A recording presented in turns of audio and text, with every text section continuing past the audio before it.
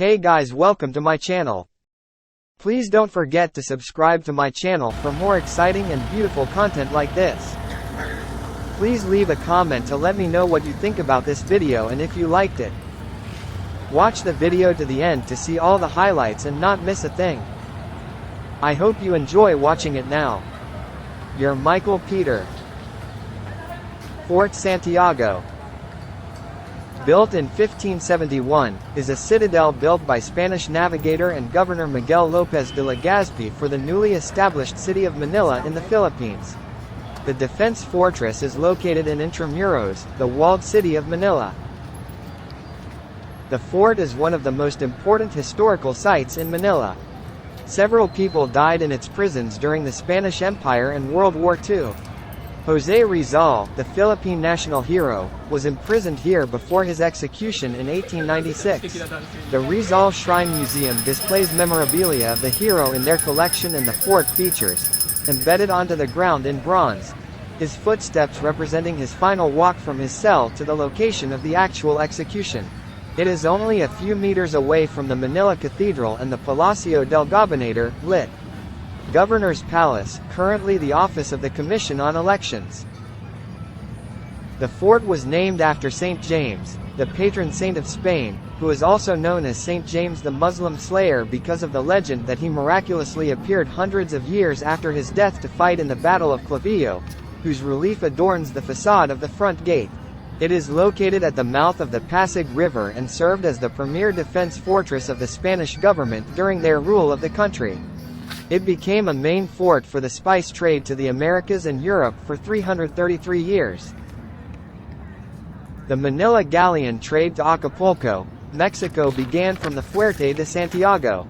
The fort has a perimeter of 620 meters, and it is of a nearly triangular form. The south front, which looks toward the city, is a curtain with a terraplane, flanked by two demi-bastions, the Bastion of San Fernando, on the riverside, and the Bastion of San Miguel, by the bayside. A moat connected with the river separates the fort from the city. Near the beginning of the north face, instead of a bastion, a cavalier called Santa Barbara was built with three faces of batteries, one looking seaward over the anchorage place, one facing the entrance, and the third looking upon the river. The latter is united with a tower of the same height as the walls, through which there is a descent to the water battery placed upon a semicircular platform, thus completing the triangular form of the fort. The 6.7 meters high walls, with a thickness 2.4 meters, are pierced for the necessary communications. The front gateway facade measures 12 meters high, being in the south wall and facing the city. The communication with the river and the sea was by an obscure postern gate, the Postigo de la Nuestra Señora del Soledad. Inside the fort were guard stations, together with the barracks of the troops of the garrison and quarters of the warden and his subalterns.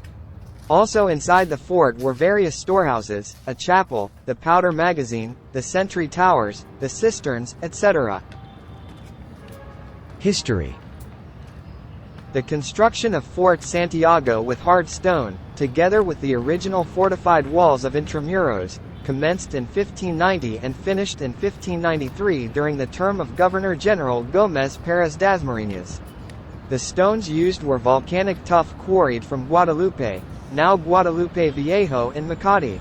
The fort as Dasmariñas left it consisted of a castellated structure without towers, trapezoidal in trace, its straight gray front projecting into the river mouth.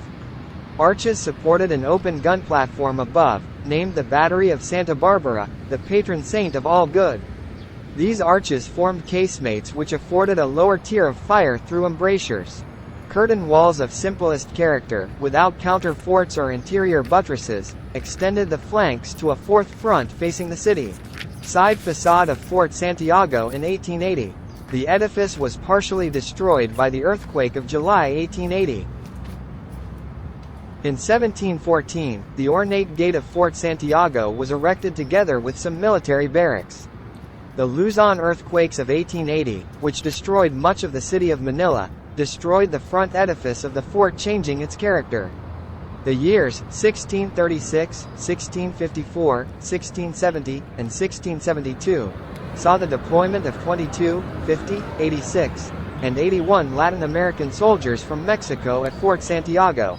During the leadership of Fernando Valdez y Taman in the 1730s, a large semicircular gun platform to the front called Media Naranja, half orange, and another of lesser dimensions to the river flank were added to the bastion of Santa Barbara.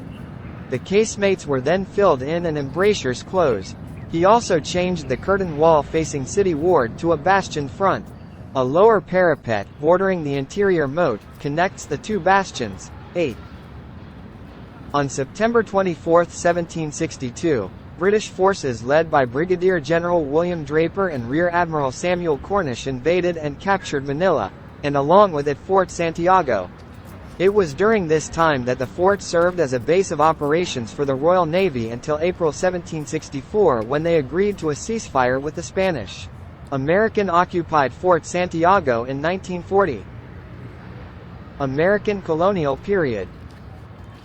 The raising of the American flag at Fort Santiago. On August 13, 1898, the American flag was raised in Fort Santiago, signifying the start of the American rule in the Philippines. The fort served as the headquarters for the U.S. Army, and several changes were made to the fort by the Americans. One of these changes included the draining of the moats surrounding the fort. The grounds were then transformed into a golf course. World War II. For the Japanese invasion of the Philippines, see Philippines Campaign, 1941–1942. During World War II, Fort Santiago was captured by the Japanese Imperial Army, and used its prisons and dungeons, including the storage cells and gunpowder magazines, for hundreds of prisoners who were killed near the end of the war. See Manila Massacre. The fort sustained heavy damage from American and Filipino military mortar shells during the Battle of Manila in February 1945. Also, approximately 600 American prisoners of war died of suffocation or hunger after being held in extremely tight quarters in the dungeons at Fort Santiago. The fort today. Today, the fort, its bastions, and the prison dungeons for criminals used by the Spanish officials, is now part of a historical park which also includes Plaza Moriones and several ruins. The park houses well-preserved legacies from the Spanish colonial period, including memorabilia of José Rizal at the Rizal Shrine, a replica of his ancestral house in Laguna Province. Adaptive use of this famous historical landmark makes certain areas ideal for open-air theater, picnics, and as a promenade. The Intramuros Visitor Center gives an overview of the various attractions in the walled city. Preservation. After its destruction during World War II, Fort Santiago was declared as a Shrine of Freedom in 1950. Its restoration by the Philippine government did not begin till 1953 under the hands of the National Parks Development Committee. The Intramuros administration now manages the reconstruction, maintenance, and management of the fort since 1992.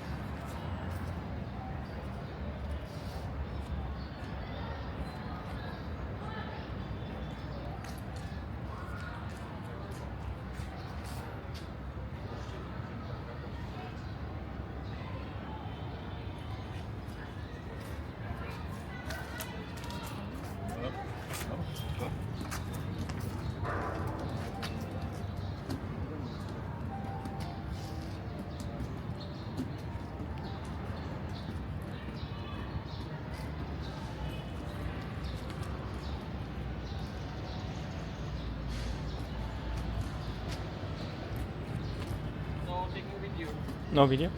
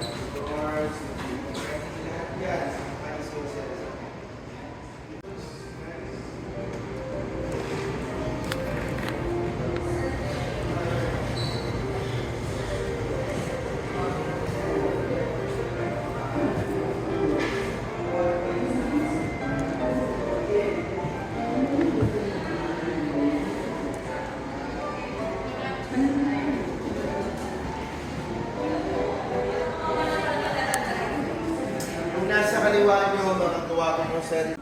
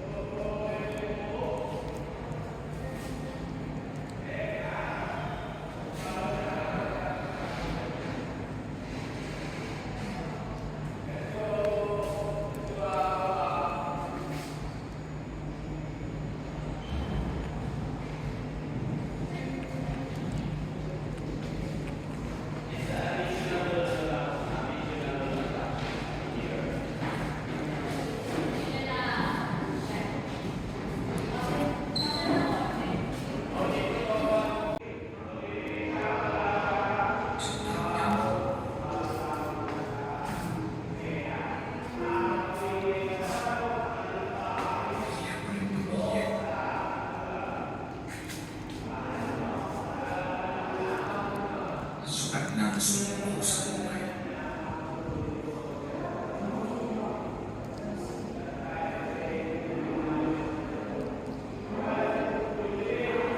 Ilang beses na akong naloko.